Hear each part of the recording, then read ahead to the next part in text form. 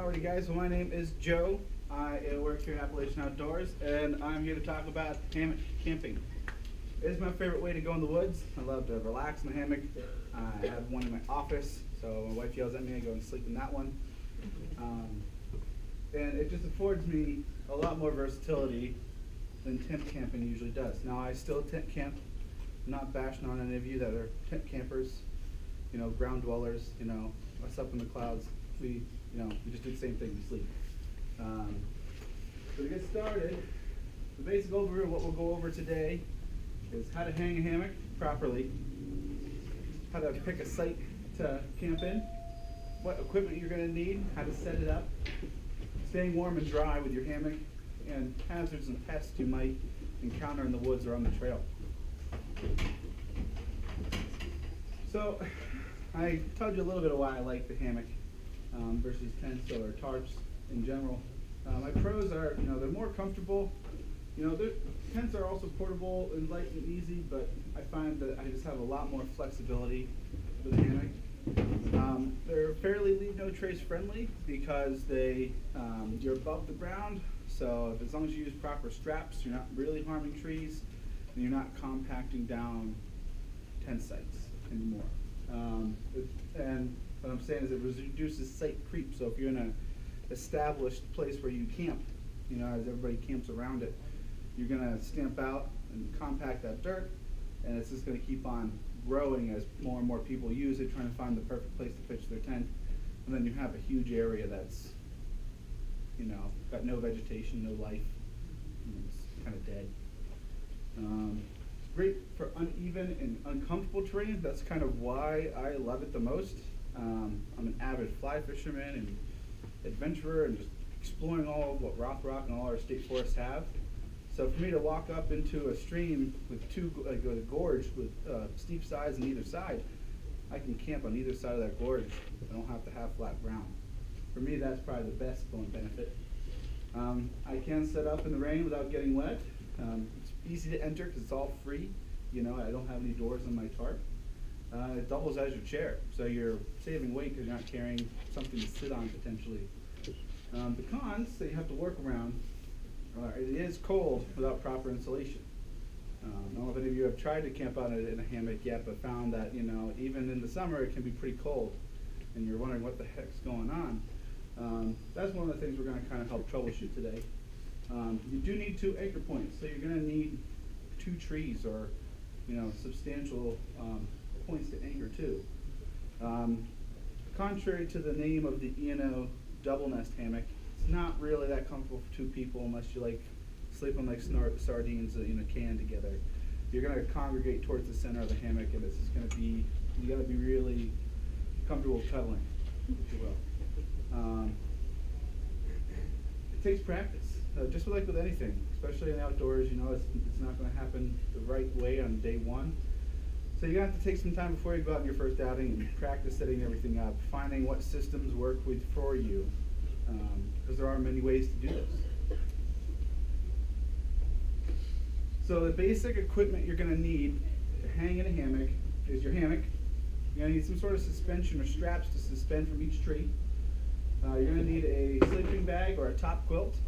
You are going to need a sleeping pad or an underquilt, because you're going to have that cold air underneath you as you are above you. You're not on the ground, so you need something to insulate your feet bottom. You're going to need a tarp. You can use a tarp ridge line or guidelines, stakes, and a bug net if it's really buggy weather. And you're not going to use all those all the time. Like, you're not going to take a bug net, obviously, when it's winter. There's no winter flies, so you can kind of leave some things at home. You have 3 main types of hammocks. You have a gathered-in hammock, which is the most common. It's what everything we sell, and most of what you see out there is. You're going to have ones with integrated bug nets, like this Grand Trunks hammock here. It has a actual bug net that is sewn into the top of the hammock, so you crawl in, you close it, and then you can be fully integrated and not have to worry about the bugs. You don't have to carry an extra bug net. You can pass that around if you want everyone to see what that looks like too. And then you're going to have, basically 3 common suspension sizes. You're going to have your Atlas strap, or typical webbing strap, which is what a hammock will use. It'll have daisy chains like so. So all you have to do is each end has a loop, so you pass your main suspension end, so you guys can see too, through the loop, pull it tight against the tree, making sure your webbing is flat. Then you can take your hammock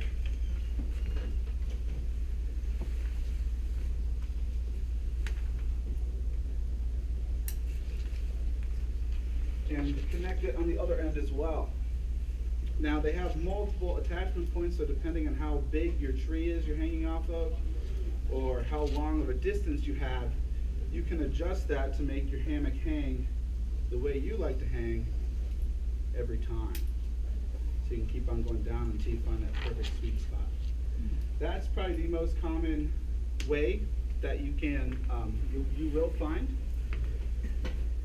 Another common way, this is kind of how I started, because I made mine out of climbing gear that we had here. I took webbing and I took what are called they're called climbing descender rings. I took two of them together and I basically feed them through like I would a buckle. So I have two here, I pass them through both, come over top of the first one and back underneath the second one. And then you can imagine with some imagery in your brain, this end's attached to my hammock, this end's attached to my tree. And then I have an infinitely adjustable suspension system. It's a little more heavy, but it's a lot more foolproof. And then I've never noticed it come undone on me, but what I can do is just have a little slip knot right there, and that'll make sure that I stay completely stable throughout the night. Now your third way of hanging with suspension is a combination of a tree strap and a whoopee sling. This is the combination I use. It's a lot more, it's a lot less bulky. This is something that's not really on the mainstream market. You can make these yourself as well. And we do have a variant of this from E&O. It's kind of like an integrated system. But as you can see on the end of my hammock, I have what looks like to be a very thin cord. This is called Amsteel Blue. It's the same thread that they use for synthetic winches for like in front of 4x4 vehicles. And it's spliced through the center of its own cord. So it makes a loop up here and a fixed loop here. What makes this really awesome is you can actually attach this to your suspension, and just like the cinch buckle,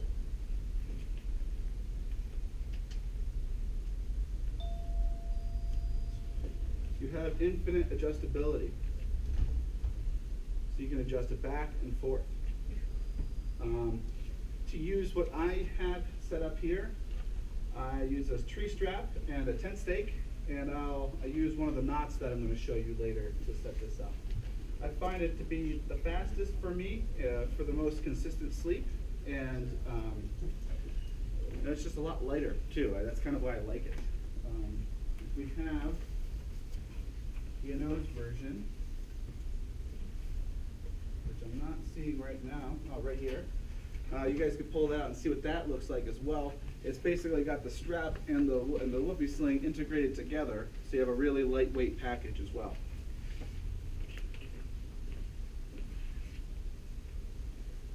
So your types of hammocks, like I said, you have your gathered in hammock, like my hammock right here. To the right, you have a couple of hammocks with integrated bug nets, like the one we were passing around.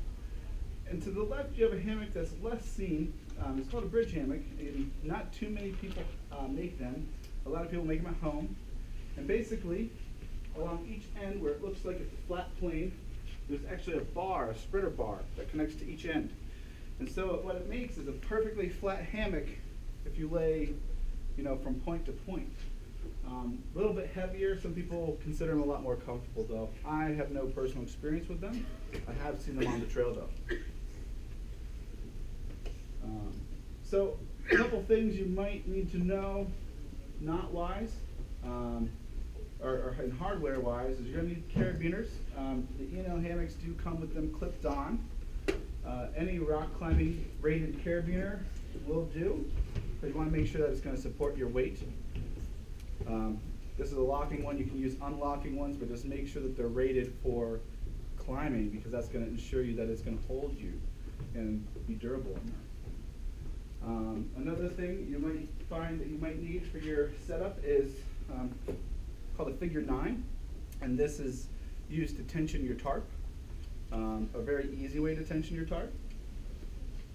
And then the last 4 things on there are a series of knots that I use when I'm camping. So the Marlin spike hitch number 1 is what I use to attach not only my hammock to my straps, but I use it to attach my tent stakes to my guide lines.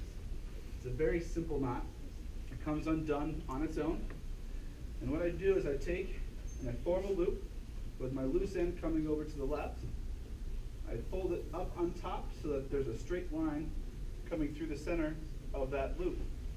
And then I take whatever I'm going to use to brace my hammock or whatever and put that in there and pull tight.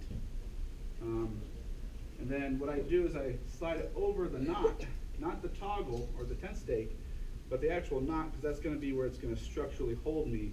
If you put it over the toggle, say you're using a stick,